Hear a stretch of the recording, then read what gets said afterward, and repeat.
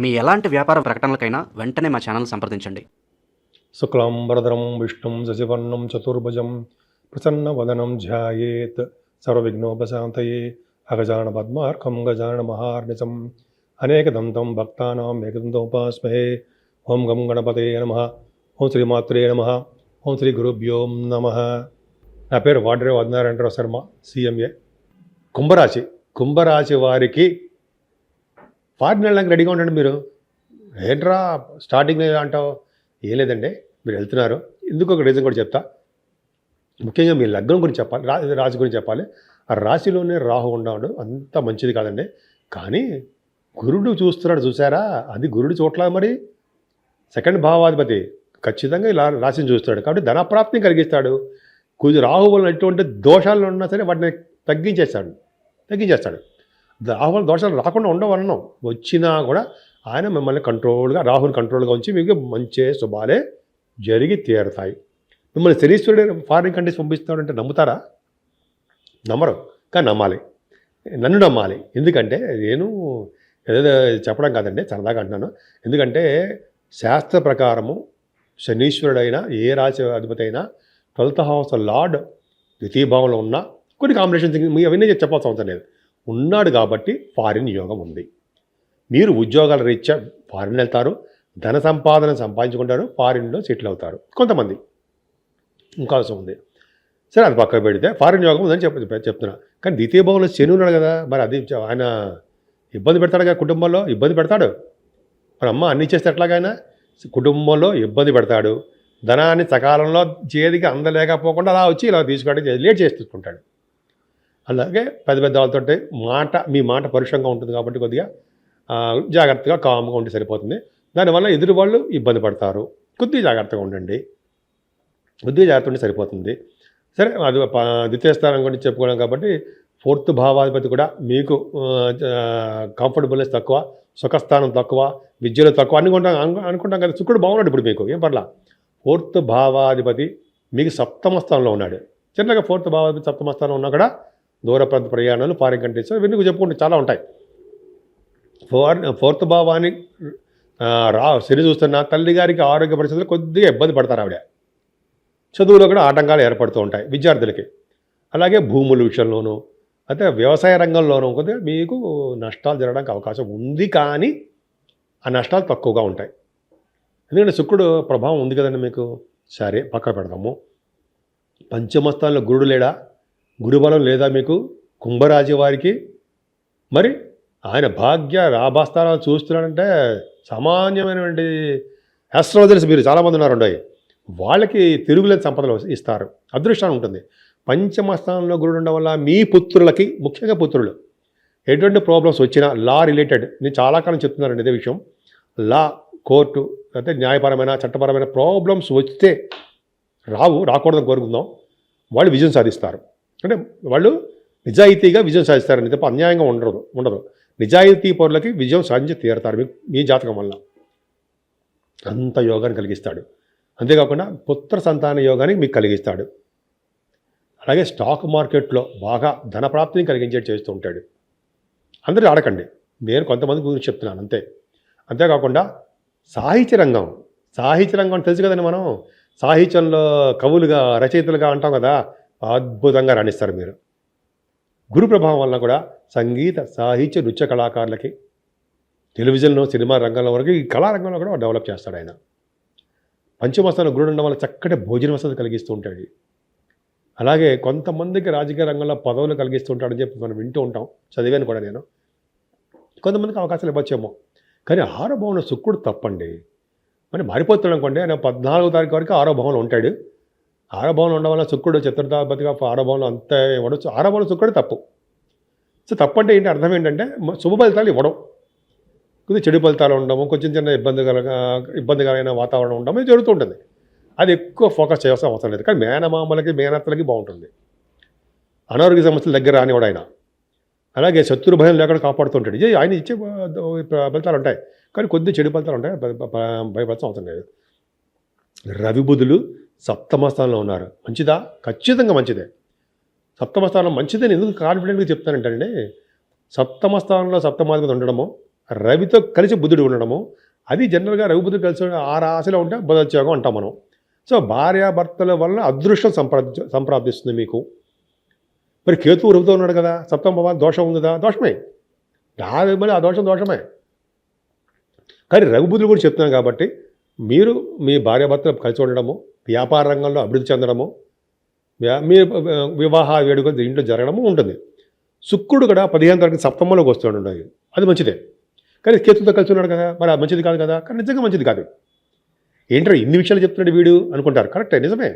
శుక్రుడితో కలిసిన కేతు అవయోగాలే ఉంటాయి.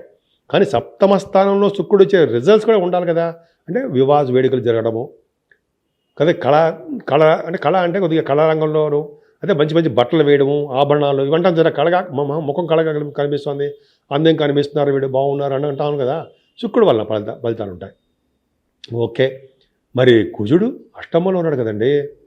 అమ్మో, నిజంగా అష్టం అమ్మో అని కరెక్టే. శనీశ్వరుడు కుజుడు చూడడం వల్ల, అది కూడా అష్టమ స్థానం అవడం వల్ల దోషమే.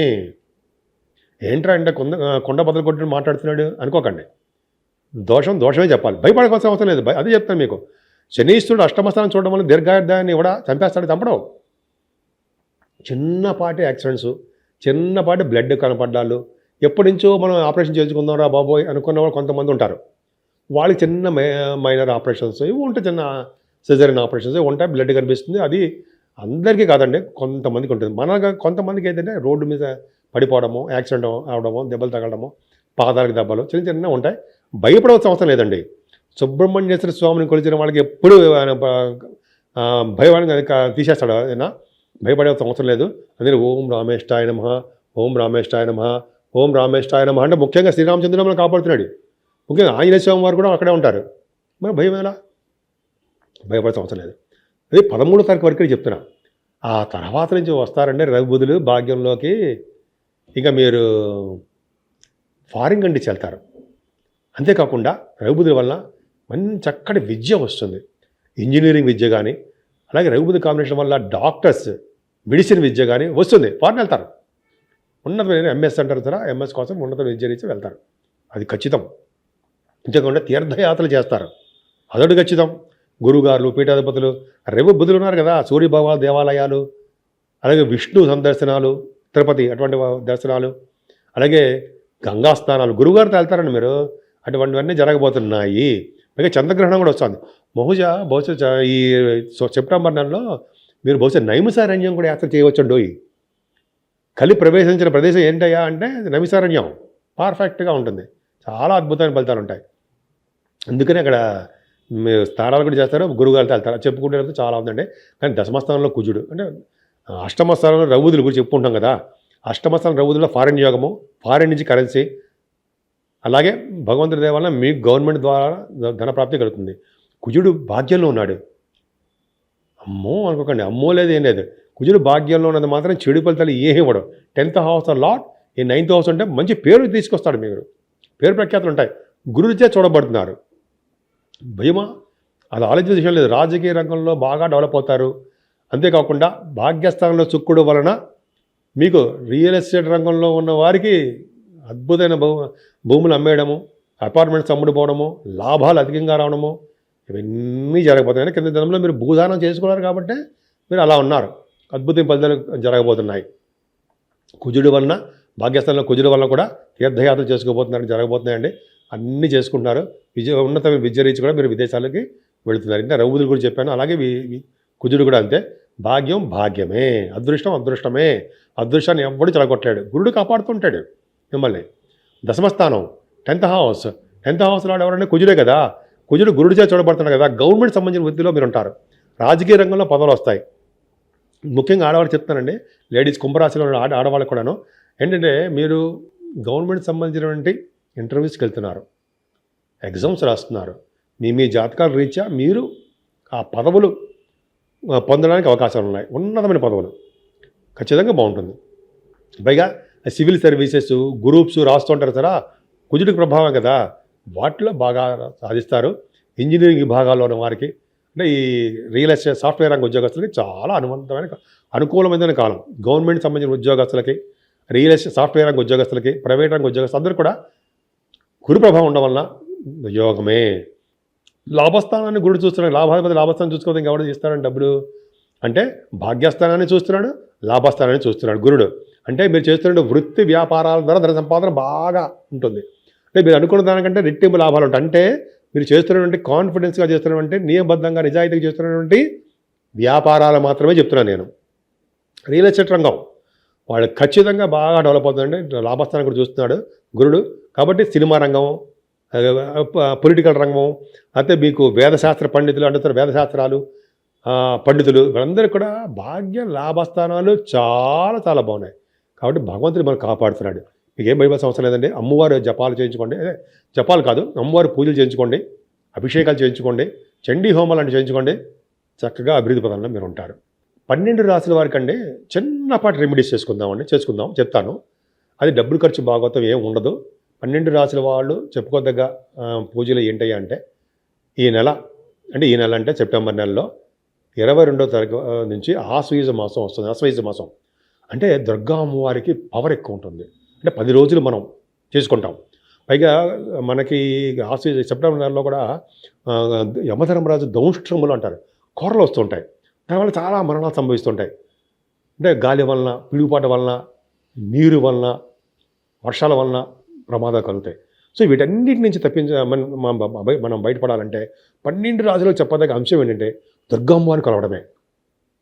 దసరా మహోత్సవాలు, అమ్మవారికి చీరలతో వస్త్రాలు సమర్పించడం, అమ్మవారికి కుంకుమ పూజలు చేయించుకోవడము, అమ్మవారికి అభిషేకాలు చేయించుకోవడము, అమ్మవారి కనకదుర్గ అమ్మవారికి హోమాలు, చండీ హోమాలు చేయించుకోవడం వలన మొత్తం 12 రాసుల వాళ్ళకి ఏ గ్రహ దోషం ఉన్నా సరే వాటి నుంచి బయటపడిపోతారు. సో ఈ చిన్న రెమెడీ చేయండి. అంతేకాకుండా శివుడికి అభిషేకాలు చేయించుకోవాలి, మర్చిపోకూడదండి. ఏ పూజ చేసినా సరే శివాభిషేకాలు, శివుడే కదండి మనకి మనల్ని కాపాడేది శివుడే. శివుడికి అభిషేకాలు చేయించుకోండి. అన్ని రంగాలను మీరు ముందంజలో ఉంటారు. సరే అమ్మవారి పూజలు, శివుడికి అభిషేకాలు చేయించుకుంటూ మనకి వీలుంటే వెంకటేశ్వర ఆరాధన, శనీశ్వరుడికి మనం కాపాడుతాడు, శనీశ్వరుడి నుంచి మనం కాపాడుతాడు. ఈ 3 చేయించుకోండి.